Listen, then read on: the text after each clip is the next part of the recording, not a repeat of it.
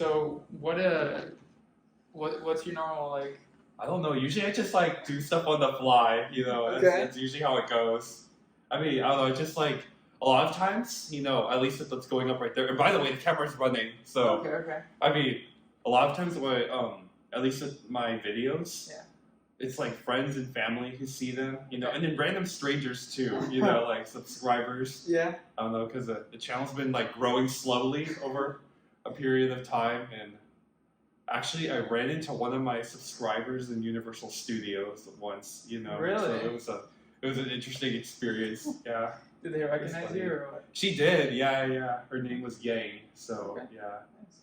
If she's watching this, hi Yang. Hey Yang. Yeah, I don't know. I guess probably should have. The video officially started back then. Okay, video started? Yeah, I guess so. But anyway, hey guys, I'm Josh. Nice to see y'all again. This is one of my classmates, Whitaker. Hey y'all. So tell them more about yourself. Where are you from? So I'm from Texas. I grew up in San Marcos, so near Austin. Went to the West Coast, so where Josh is from. Not California, but Washington. University of Washington in Seattle is where I did undergrad. Went to Atlanta for a year, and now we're back in Texas, so happy to be here. Yeah, it's my first time in Texas, moving to medical school. So what are your thoughts so far? It's been a lot. The analogy of like drinking water out of a fire hydrant is really true. There's just a ton of information, and it's like kind of hard to process or capture it all. I mean, this word capture is just an inside joke. What's been your favorite thing you've learned so far? Oh man, Or favorite topic? This past unit, I really like it a lot. Okay. Because the first unit, usually I like to do these videos, after every exam, and something that I've uploaded 2 videos already, but it was just by myself, and that's something I want to do more often is to upload them more with classmates. For sure. Right now it's just Whitaker, but we're gonna get more in the future. So, man, but to answer your question, what I really liked was Heme Onc. It was pretty cool this past unit because we're starting to get a lot more clinical. Right. I'd say, And I don't know, with the first 2 units, the first one was just biochem, from what I could remember. It was kind of like undergrad on steroids. Pretty much. And then the second one, it was immuno, so you could argue that's kind of like, it was kind of undergrad, but not really, because all of these cytokines. Some people, it was new, and some people it was kind of a review, but for me at least it was new. So that was the first like real taste of, having to really take on new information. Oh, 100%. Yeah. And then this past one was completely new. Oh, yeah, I agree. I think the first 2, I mean, for me, I enjoyed the third one more because it's more of like, I don't know if you could say a system, kind of. It felt more like you had a problem mm-hmm. and you had to connect all the information to solve it. So it felt more like you said, clinical. You could almost picture the patient being there, which was pretty cool. Yeah, no, I agree with that. It's been that's why I like it better. In that sense. I mean, we haven't gotten to organ systems yet, and that's something I'm looking forward to. And I guess the third. I mean, with this unit, I liked it a lot better because I use Unking quite a bit, and it's a lot easier to unlock those cards and unsuspend them. That's true. Tell them what's next. Next, we're going to have endocrine for 2 weeks. And then after those 2 weeks, we're going to have anatomy. The cadavers. We're going to use the cadavers for the first time, which is what I'm excited for. So, how do you feel about it? Are you nervous? Kinda. I mean... Have you had that experience before, like anatomy lab? See, I've done like dissections, but never on like a real like cadaver before. It was on like a pig or a cat. Have you done those too, or no? Yeah, I mean, nothing in college, but in high school, I remember doing a cow eye. Oh wow! And then like a frog, but nothing, nothing like we're gonna see. So have you like pinched like the frog's like leg or nerve or something, and then it like kicks its leg like that? I don't know. I think we might have done that actually. Okay. So it was pretty, but this is gonna be completely new. It'll be very interesting experience. Very humbling too. Man, one of the jokes I keep making with one of my friends from church, I keep telling him, oh yeah, I mean, because he's currently a student at TCOM, and they've already done cadaver labs right now, and they ask him, hey, you know, when you made the first cut on the cadaver, did you feel the cadaver like wake up and be like, hey, stop it, get out of it, like don't do that? Did it happen? Nah, he told me if that happened, he'd be scared, you know. Yeah. Did you know him before coming here, or did you meet him in Fort Worth? I met him in Fort Worth, you know, but I got connected to him like earlier on, you know, moving outside that, you know, before moving to Fort Worth. Nice. Well, what are your thoughts on Fort Worth so far? I think Fort Worth is really a culture shock. You know, I expected, at least the stockyards lived up to the stereotype to what I thought it was going to be. Did you get boots? Oh, I did. Oh man, I should have worn them. Well, I wore them, that was yesterday, right? Yeah, I wore them yesterday. I don't know if you saw, to class. Okay. Yeah. I'll post a picture somehow in this video, but I bought these Lucchese boots. Is that how you say it? Lucchese or Lucchese? I think Lucchese. Okay. Those are really nice. Pretty good boots, but I bought them on eBay for like $200. They're like crocodile, like black boots. So they were pretty nice. I wish I would have seen them. Yeah, I'll wear them again, like repeatedly, because I've only worn them once to the Texas State Fair. Okay. That was like 2 weeks ago. Okay. 3 weeks ago. Oh, a couple of weeks ago. And then I wore them again to class, and I'm gonna keep wearing them more often. You know, they were like $200 off of wear eBay. them with your scrubs? I don't know if they really go good with scrubs, to be honest. Because I mean, the boots have been broken into, but I mean, it's kind of tough to walk in them for long periods of time. So, you know? My senior year of high school, I got a pair of boots. Then I moved away from Texas, and I sold the boots. And now I wish I had the boots. Oh, so I'm considering getting another pair. We'll see. Wait, you don't have any right now, or no? Oh, dang. I mean, I sort of have like maybe a pair, but they're not like cowboy boots. Oh. So we're debating, but it's kind of an expensive purchase. It is to wear to this. Like, I feel like the best place to wear them is the stockyards, but like, how many times do I really go? That's true. But then when you go, you definitely want them. So, we'll see. I got them because, okay, I feel like to be in Texas, you need those boots, boots like that, you know? Yeah. But I also got them because I will wear them to class every now and then. Yeah. I do wear them to the stockyards and then football games too. That's like true. Lots of people wear them to games and all of that. Like, I don't know. Have you gone to a game? No, not yet. I mean, I wanted to go to the Colorado one. That was like the huge one. Yeah. But I overslept. And that's pretty bad because the game started at 11. So, yeah, that was pretty bad oversleeping. But I'm excited for the, I know TCU, they have one against UT Austin. Yeah. And that's going to be huge. That's going to be a big game. Like, I kind of want that to be my first game. Yeah. Because I could go to other games, but they're not really playing against like massive big football schools like UT Austin. Yeah. That's a big one. That'll be fun. I'm sure it'll be probably sold out. So. I mean, for us, it won't be because we're students. We're like, oh. The stadium will be full, be loud, so it'll be fun. You didn't have football at your undergrad?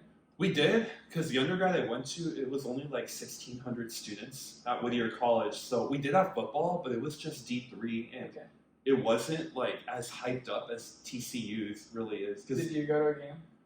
No. I mean, an undergrad, no. I mean, so if I'll for sure go to the UT Austin one because our school is sponsoring a tailgate.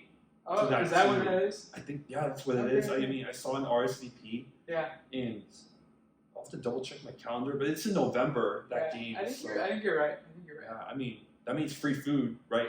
True. I mean, hopefully, we get free food quite a bit, so yeah. Yeah, but no, that's pretty much how it's been right here. We get a lot of free food. It's been crazy busy. I feel like it's a lot of juggling different things, you know, because right now both of us are trying to get involved in like doing research, but we also have to balance school, and then we also want to be involved in like other clubs, or I mean. Generally, people will know them as clubs on campus, but in our school, we call them SIGs. I think they stand for what, like student interest group. There you go. SIG. Yeah. What SIGs have you gotten involved with? I've gotten involved in LMSA. I like that one a lot. That's like Latino Medical Student Association. So that's when you were teaching me Spanish? Yeah. They had like those events, Yeah. those are fun. They had like medical Spanish. They host those like once every month, I'd say. Yeah. That's nice. It's pretty cool. I think they're gonna have them more often. And then another one I really liked was like the Derm Sig too. Since that's a specialty I'm potentially interested in. What have y'all done there? So far they invited like a dermatologist who's like a faculty member here, and she gave like a pretty interesting talk, Cool. And a lot of it was like centered around private practice and like pretty much like a lot of business in medicine too. I was really not expecting that, but it was pretty cool, That's cool. I've done kind of the surgery SIGs, the orthopedic SIG, sports medicine, and then like street medicine. So a handful, but and then I went to the family medicine. Oh yeah, Did you they do had like that? a suture thing. Dang it! No, I had it, but how was that? It was really good. So it was a family medicine SIG, and basically it was just showing that you can do surgical or like procedure-based things in that setting. So we learned we practiced how to suture. There was they showed us how to do a cyst removal. Oh, wow. So like they used a vitamin pellet, and they put it underneath the kind of fake skin. And then you had to make an incision and then pop it and then squeeze all the fluid out and then remove it. It was pretty cool. Kind of like Dr. Pimple Popper. A little bit. Yeah. Dang, that So, sounds really cool. It was fun. You should go. Yeah, no, I'll definitely go for sure. Like, actually, family medicine is honestly, it's a specialty I consider too. It's a fairly decent specialty with good working hours, and of course, lifestyle is not everything. You're a jack of all trades, which I know some people may not be a fan of it, but others they kind of like knowing everything. Yeah. Because when I shadowed my family medicine doctor before coming here, he told me that something he really liked about family medicine was that he could do something for his son if he got sick. That's true. You're well prepared. Yeah. What other specialties are you thinking about? Potentially, derm. Like I said, it's a Derm. potential. That's why I was interested in that SIG. Potentially plastics, but honestly, I have like a ton of different interests. I've also liked like some type of surgery as well, like general surgery. Honestly, it sounds fairly good, because you can subspecialize in different fellowships later on. I'm really like, yeah. Honestly, what about really GI? open. I could be potentially open to it. I know you're asking me this because GI is one of those specialties that doesn't get too much love. Tell them about your drawings of the. Oh yeah. I have to explain to them what Pibble is. So, Gosh. Long story short, we have this. It's tough to call it. I guess it's a class because in undergrad, we have like different classes, but in medicine, It's like I feel like it's all one big blob, and we just divide it into different things. Yeah, so it's like a small group. So we have class on Monday, Wednesday, Thursday, Friday. On Monday and Friday, we break off into small groups after like the first hour. And then they present us a case with different details, and we ask questions. We kind of say, oh, that's interesting. And then on Monday, we come up with things we want to research. Then we go, look those up, create kind of a slideshow or activity for Friday, us to go through that, kind of present. It's usually a lot of fun. And so Josh, on one of them, we were learning about colon cancer. And so tell them about what you did. Yeah, we were learning about like adenocarcinomas and polyps, in relation to colon cancer. It was essentially, we were just learning about like hereditary colon cancers.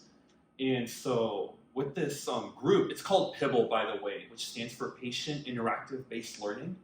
I think that's what it stands for. Patient Inquiry Based Learning. Never mind. These acronyms are like the end of me. So, I was fairly close, right? You're one word off. I thought it was interaction, but inquiry. That works too. I guess so. But you're not interacting with them, so I guess that makes sense. You know? It's a hypo. I mean, well, we're interacting together. That's true. You're interacting with your groups, and that makes me wonder if these are based off of like real cases. I think they are Probably. actually. You know, it wouldn't surprise me if they were, because essentially in this case we got like a 13-year-old. He was like a teenager, no, 19-year-old who had like 100 polyps. You know, which is really insane. You don't get that unless it's like a hereditary condition. Anyway, long story short, I had to present for that specific case. So what I did was that I used like one of the whiteboards back there. All of these walls are whiteboards. Oh yeah, I don't know if the camera gets it. I think it does, but these walls are whiteboards, and you can draw on them. I drew like 10 colons. It was impressive. He drew the night before, and I mean, you walk in, and the whole thing was like covered in different like sections of the colon. It was impressive. It was insane. Yeah. I mean, I wanted to switch it up because usually what most folks do, and it's not like a hard and fast rule or anything, but a lot of people, they do Google slide presentations, which makes it easy to review in the end, you know, for when you need to study for exams. Yeah. But I wanted to change things up and use the whiteboard, so I just drew like 10 colons. And that's good. I remember the GI doctor, the one who teaches us, he came in and he saw like. Is he a GI doctor? Yeah. Oh, Dr. Wow. Cox. Yeah, that was him. Yeah, he came in and then he saw my colon and then he was like, "Oh my gosh, yes!" You know, he got so excited. You know, seeing that. You know, I guess there was a student who showed some love to GI. Yeah. You know? And honestly, I'm not opposed to GI. You know, I know a lot of our classmates, you included, said, "It's not my thing." But I mean, I'll tell you this, when I worked in the colonoscopy lab, the GI doctors, I mean, they had to be fairly skilled with the endoscope, and you are looking into like that thing for a good amount of time. But I mean, for the most part, you're working with like the nurses and you have like a good team with you. That's something I like, at least about outpatient colonoscopies. Right. You know, the GI doctors there. And I mean, they did have to talk to the patients, but that was like once they were like in the recovery room. You know, and yeah, I guess the one thing that would kind of stink, you know, at least in that particular setting, is if you had to like tell the patient, "Oh, sorry, but we found like a polyp." But then again, a polyp doesn't necessarily mean it's like anything that bad. You know, it's like a pre-cancer, not really a full-on cancer, unless you get someone like that 19-year-old kid. Yeah. You know, early detection is very important. So going back to this past exam, studying for it, what was the hardest thing? Wow. Yeah, I mean, here's the thing, and this is something I'm still debating and kind of struggling with, I guess, to some degree, because nobody, I don't think, I mean, it's safe to say nobody has it all figured out, you know, in terms of studying. I'm sure there's things you're changing. Yeah, every week's different. Every week's different. Because one of the things that I've been doing was making my own Anki cards from the bricks. And I don't think I explained what the bricks were to my subscribers or viewers, but the bricks, I know it sounds like a legit like brick, and that's kind of what it is, but it's an article that we have to read or get to read. I mean, more like have to read before. Can read. Yeah. You could read, you don't have to read it, but I don't know. I actually think they're really good. I really like them. They're fairly good. I know some of our classmates have opinions about them, you know. I mean, I think they're pretty decent, you know, but they're these articles we should read before coming to class, you know, because in medical school, you actually have to do, it's what I like to call doing homework before coming to class, because we don't get homework, really. There's not really many assignments. Yeah. Other than Pibble, it's not really many assignments, but you kind of are expected to know the material before you come. And then once you're in class, you're refining your knowledge. And like, by doing a lot of practice questions. So if you don't do the work ahead of time, it's not, it's going to be pretty rough. You're going to, if you don't do the work, you're going to struggle in class, you know. So it's kind of interesting how the script flips, you know, that now homework is done before showing up to class rather than after. I like it though. Yeah. I feel like I got a little taste of that with online learning during the pandemic. And it was like, I really started to do a lot better in classes. And so I'm glad that it's continued. Like, that's how we're doing it. Oh yeah, no, 100%. I actually like it that way. They call it, well, actually, I haven't heard this term until really before we came to school, but it's technically called the flipped classroom model, where we just learn like the info first, and then we come to class already knowing a good amount of it, and then we would come to class to like refine certain things we're still confused about. Because sometimes I will read the bricks or those articles. That's what they I tell even my family that's what they are, you know, because they don't know what a brick is either. Yeah. And if I just explain it to them like that, I just tell them, oh, I read some of these articles, and Yeah. sometimes I still don't know what's going on. Yeah. And you can email like the professor, or, I mean, because here's another thing about medical school too. A lot of our professors, because they are professors, but a lot of our professors are MDs, whereas in college they would just be PhDs. So it's kind of like a big change we've been seeing in medical school. They have more of the clinical, like understand more of the clinical side of things, which is nice. And then some of them are PhDs, so they can give us more of like the science perspective, which is nice to have both of those. Oh, for sure. You need both, like the application of it to like actual medicine, but you also need to understand like the molecular mechanism of how things happen. Yeah. You know, like that's how it goes in med school. Yeah. Did you tell them how many like drugs and bacteria we had to know for the Dude, last? I mean, for that was why the last test was tricky, because we had to know so many drugs and bugs, and there's still more we have to know for step. You know, like a big one is like Staph aureus. You know, and then I guess kind of going back to like resources I've been using too. Like there's this famous sketchy video of like Staph aureus that everybody has like seen. You know, like even Coach Tom. Oh yeah. He's like a retired GI doctor who's like our academic coach. He's seen. Well, he's actually an executive coach, so anybody can see him. Okay. But he told me he's seen that video. So like and so that's how you know it's good. I mean, to put it into perspective, I wasn't expecting him to see it, because he told me that he like when he was in medical school, I think he told me, if I'm not mistaken, he was deployed. He just got out of being deployed in the Vietnam War when he got into medical school. So you can get a perspective as to how long ago that was. So everybody has seen that video, you know, that sketchy like Staph aureus video. Yeah, it's good. Do you like sketchy? I'd say, yeah. That's something I've been using a lot more this past exam. And going back to like, you know, how nobody has it figured out. I was saying earlier that I was making my own Anki cards, but I think honestly, it might be a waste of time. You know, it's not a waste of time, but I could be using my time more effectively and efficiently.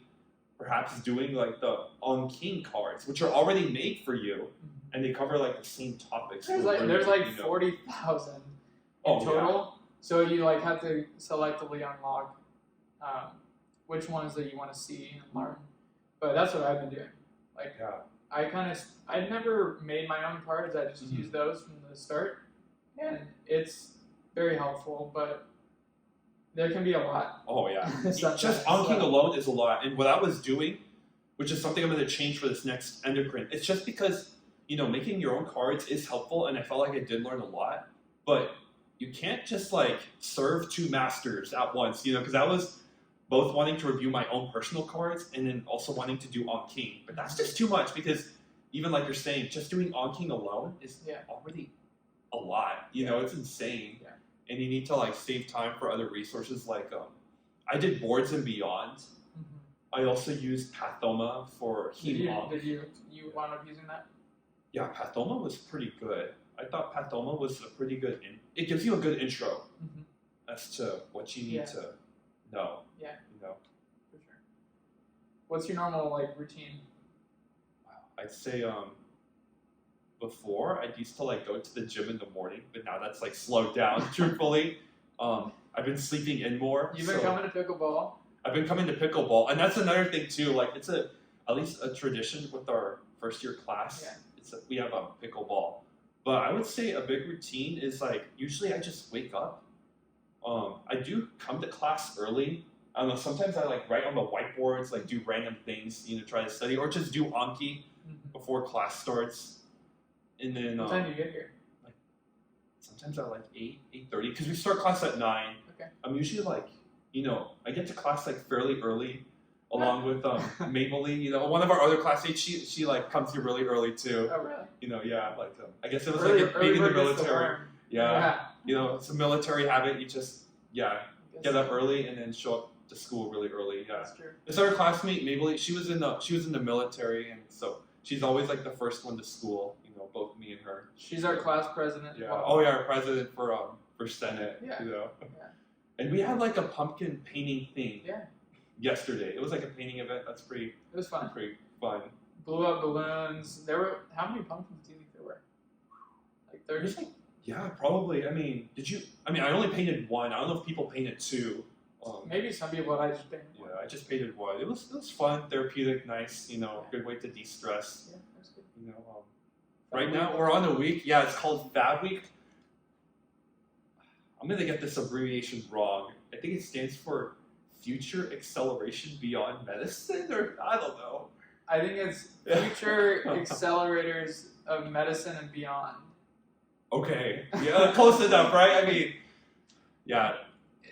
Another acronym. These acronyms, I tell you, I mean, there's so many acronyms in medicine. Like, that's true. Another one is MALT, but that's like actually clinical, where it Right. stands for mucosal associated lymphoid tissue. I think. Nice. I could be wrong again. You know, that's also another. Is that thing. an Aki card? I think so. I mean, I remember it was like talked about a little bit in our last unit. But I mean, that's also another thing I've come to terms with in medicine is that you're going to be wrong a lot, you know, and it's something you kind of got to get used to. And it's okay, you know, everybody gets things wrong, and that's all right. We're here to learn. And even like our professors, like doctors, MDs, they still get things wrong, and they still don't know things, and that's fine, you know. Yeah. They kind of, it's, if you get something wrong, that's an opportunity to learn. Like,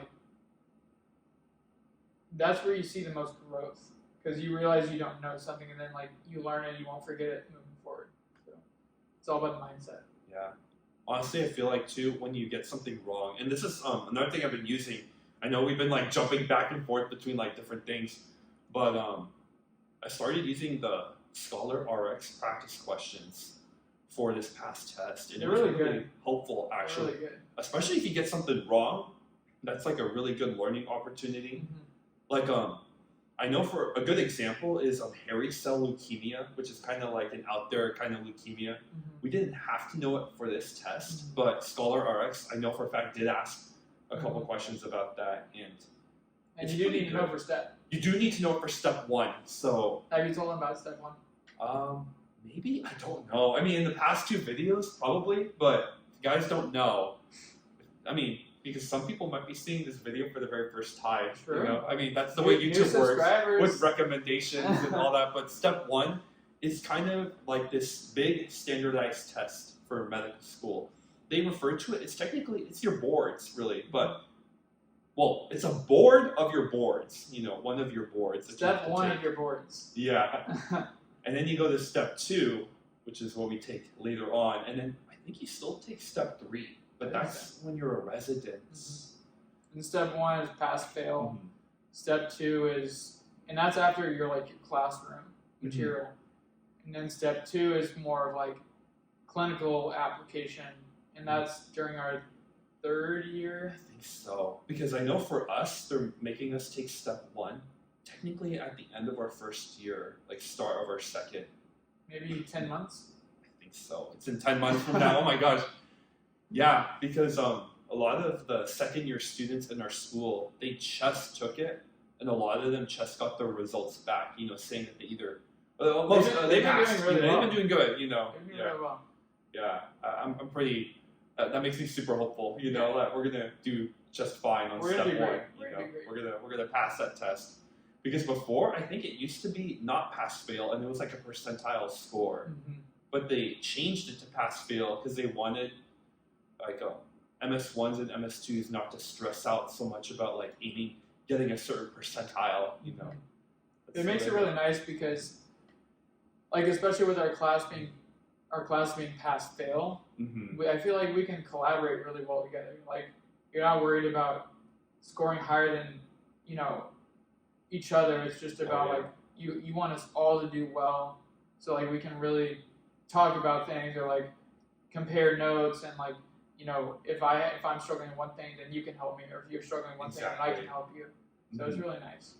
Yeah, I really like how they also, it's like there's no ranking, it's all pass fail, and they don't have this thing called AOA, like, I forgot what that's called. There's like an honor society. It also ranks you and all of that, so it just creates like competition, and it's something I like about the school. You just like get that sense of collaboration, and I definitely feel that with like classmates. Like you doing this video with me, Yeah. you totally did not have to do this, so yeah, thanks Whitaker. It's an honor. That's really awesome, and like there's been so many instances, where I've had like classmates help me out with Anki. Like I had absolutely no idea what I was doing with Anki at the very beginning. Well, even the second years, like the upperclassmen. Oh yeah. In the beginning, they really like. I'm not sure if you told them, but they had this big session where they told us everything we need to know, basically about all the different resources, and helped us set up like Anki, for instance. Yeah. And I had no idea how to use it. Like some people used it for studying for the MCAT, but I had not even really heard of it. So it was my first time, but I'm very thankful to have it. Oh yeah, I did use it for the MCAT. Okay. But it was for my first attempt. But I stopped using it for my second attempt. Okay. Because I'm kind of quoting one of my oldest videos I made, but I found myself cheating, like using Anki while studying for the MCAT. And what I mean by cheating is I was just like spamming the space bar, just trying to be done with the card, just to be done with it. I don't think Anki, if you approach Anki with that kind of mindset, it's not really a good mindset. It may not be that good of a resource if you approach it that way. Maybe like take the time to think about what it's asking you, like not just memorizing what's on there, but like why is that the answer? Then it helps a lot. But if you're just like pure memorizing, like some of that stuff you kind of have to do, but 100%. If you really learn like the reason why it's there for most of the stuff, like it really connects it all. Like makes it really helpful. No, I agree. That's Anki. We should make like a video all about the add-ons that I personally use, because I'll tell you this. Along with the point of collaboration that we were talking about, I ran into an MS3 in the TCU. The TCU has like a graduate student section of their library. On main campus? On main campus. It's like on the 3rd floor. But I ran into an MS3 there, and she was telling me, hey, there's this Amboss add-on you can add for That's Anki, amazing. which I didn't know about until she told me. And Amboss is another resource that we have for medical school. It's actually a big dictionary. That's kind of the way I like to think of it. But they also have practice questions and a bunch of other things. But yeah, that add-on for Anki is amazing, because you literally, all you need to do is just, if you're confused about like a certain word on Anki, you just scroll your mouse over it, and the definition will literally like pop out like just beneath it under like the Amboss, text. So nice. Yeah. Do you have a picture on your Anki? I think honestly, if I can fit room around this, like maybe up here or wherever like I have space in the screen, I should include like a screen recording of what it actually looks like on my computer. I had to send my mom a video of like me doing some Anki.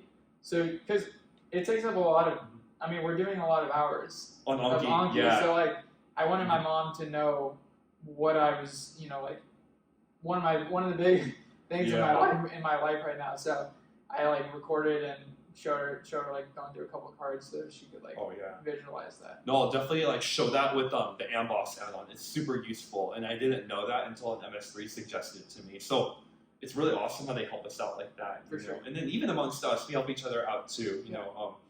Some of us, we're all figuring it out, but some of us may know things other people don't, and vice versa. It just works out that way beautifully. Yeah. But it's been good. I feel like we have a really tight-knit class. We've been doing a lot of fun things like together outside, like after an exam, y'all went and grabbed food and like pho that one time. We got In-N-Out yesterday too. It was nice. Half the class came, and man, Nice. it was kind of nice. I mean, it's pretty cool. We do stuff like that, outside. Yeah, and then the pumpkin, and then like you said, pickleball. So we've been doing a lot of fun stuff. Yeah. I look forward to keeping that energy going forward. 100%. And see how much we've grown like a year from now too. Yeah, that's also why I like having these videos too, because of course people say the internet is forever, and it's kind of they say it in a, obviously coming from like an angle that it's a bad thing, but to some extent it's kind of a good thing too, because you can keep these as like memories, For sure. Yeah. for in the future, Yeah. You just capture this type of moment, Again, I'll explain what that word means. It's taken on a whole new meaning in medical school. That specific word. I mean, but I'll tell you guys the inside jokes about that. But no, it's been a blast, so far. Like, I mean, it's hard. That's the truth. It's hard. There have been times where I feel like, wow, I've questioned myself a lot too. I know we're having fun here, but yeah, there's been times where it's been hard, and I also want to acknowledge that too. But you can have fun too. Yeah. So it's not always either that hard or, 100%, how would you say it, roses and daisies or whatever. I feel like there's ebbs and flows. Like we all go through rough patches sometimes. Some things are harder for one person versus another, but we're there to pick each other up. But ultimately, like, I just feel so grateful to be here. Like, to be learning the stuff that we're learning. You really, and then like seeing patients, like you can really see like why we're learning it, and it's also interesting. So I don't know, thinking about where we were like a year ago. Oh yeah. Like just trying to get into med school, and now actually being here and learning all this stuff is just crazy. Yeah, honestly, I agree with that too.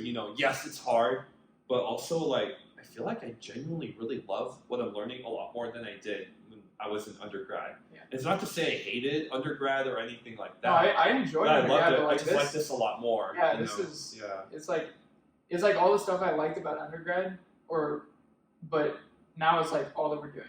Yeah. So exactly, because we have this thing called LIC, and it's another acronym: Longitudinal Integrated Clerkship. You got that one right. Yes. All right. Sweet. Okay. That one, that's the only one I'm going to get right, like in this entire, probably like for the rest of the year. P for P, practice, right? I mean, those are the only two acronyms I'm probably ever going to get right for the rest of this year, or maybe the rest of med school, really. I mean, we'll see how that goes. But anyway, with LIC, it's like this clerkship we get.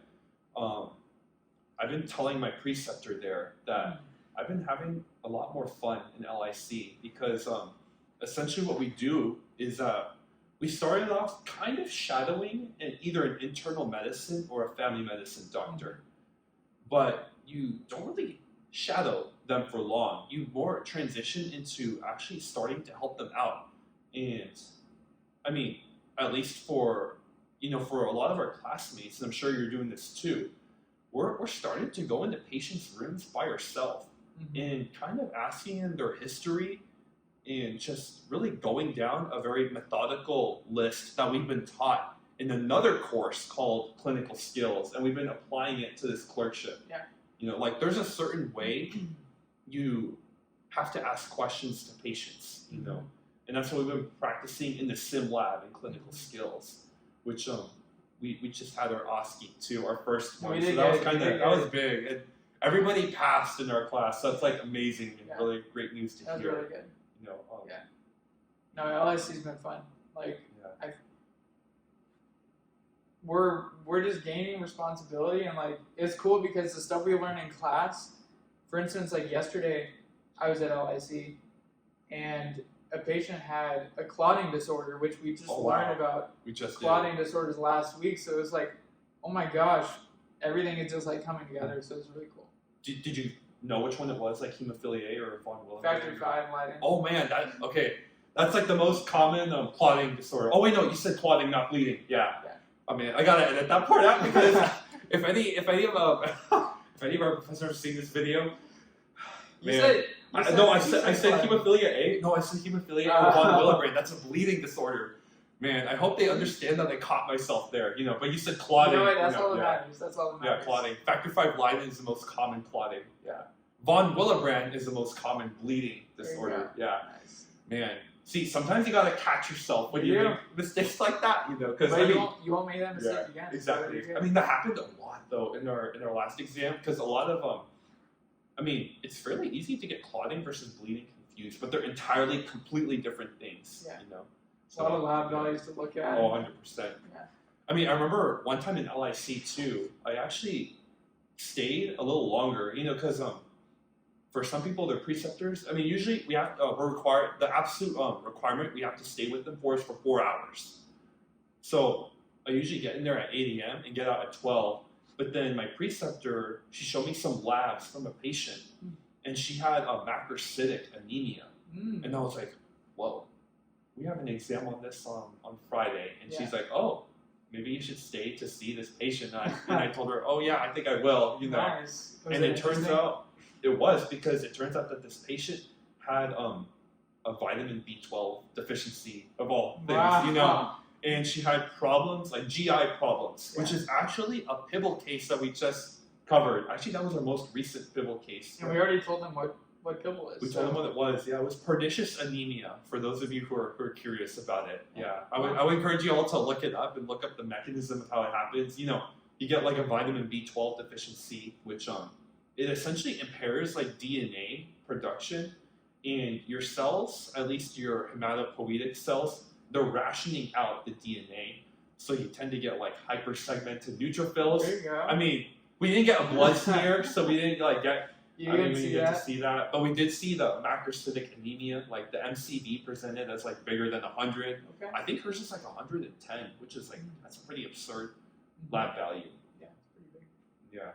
But anyway, long story short, I mean, I'm sorry we're nerding out on all this, but I mean, long story short is that you get to see the stuff we're learning in class in clinic. Yeah. So in undergrad, it was a lot harder to see that, because a lot of times you're like, oh, why am I learning this? When are we ever going to use this in the real world? I mean, a lot of people hated organic chemistry for that reason, and to be honest, I don't really think we've really seen that much of it at all in medical More school. of just like biochemical pathways, Yeah. but like not really Oh. so much organic chemistry, No. which that was definitely pretty challenging. Maybe, I guess, like the amino acids, but doesn't really show up at all, so.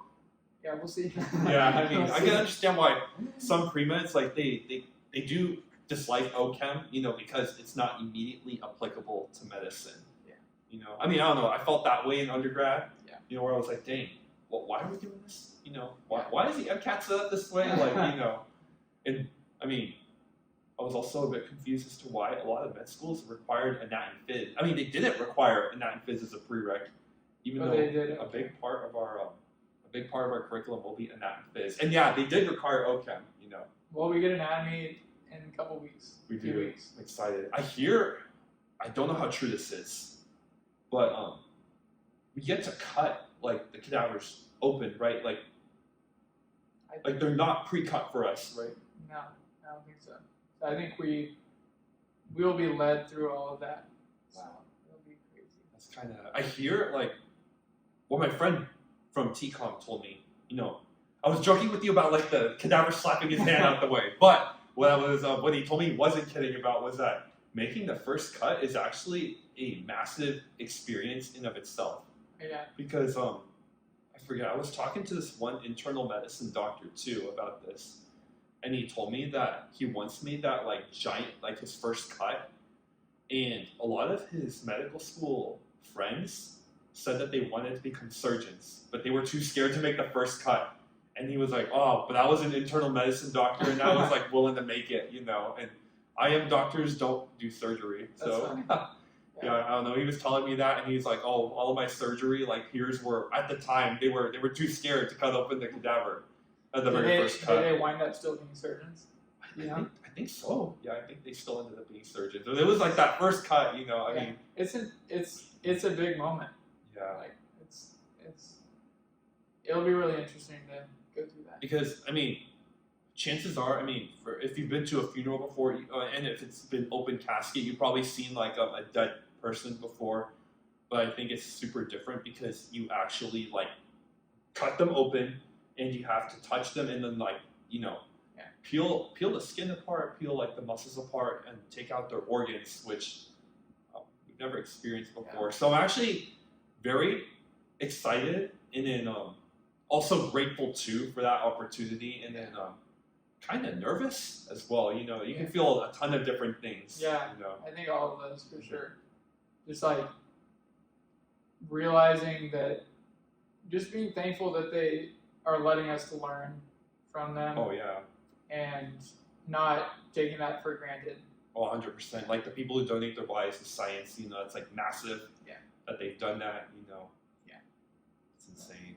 You know, and that was like the biggest thing I was looking forward to when coming to medical school, and I'm just so excited we'll experience that real soon. Yeah. Well, time for pickleball? I guess so. Yeah, it's 4. Yeah, it's because we're gonna get going to pickleball. But thanks so much, guys, for doing this. And oh, the ring light went out too, Yes, but that's the another camera's still going. Yeah. But anyway, I'll see you all in the next video. And See y'all. Nice to yeah, meet you. well have more classmates coming. You know, Whitaker will be back too. More right? content on the way. 100%.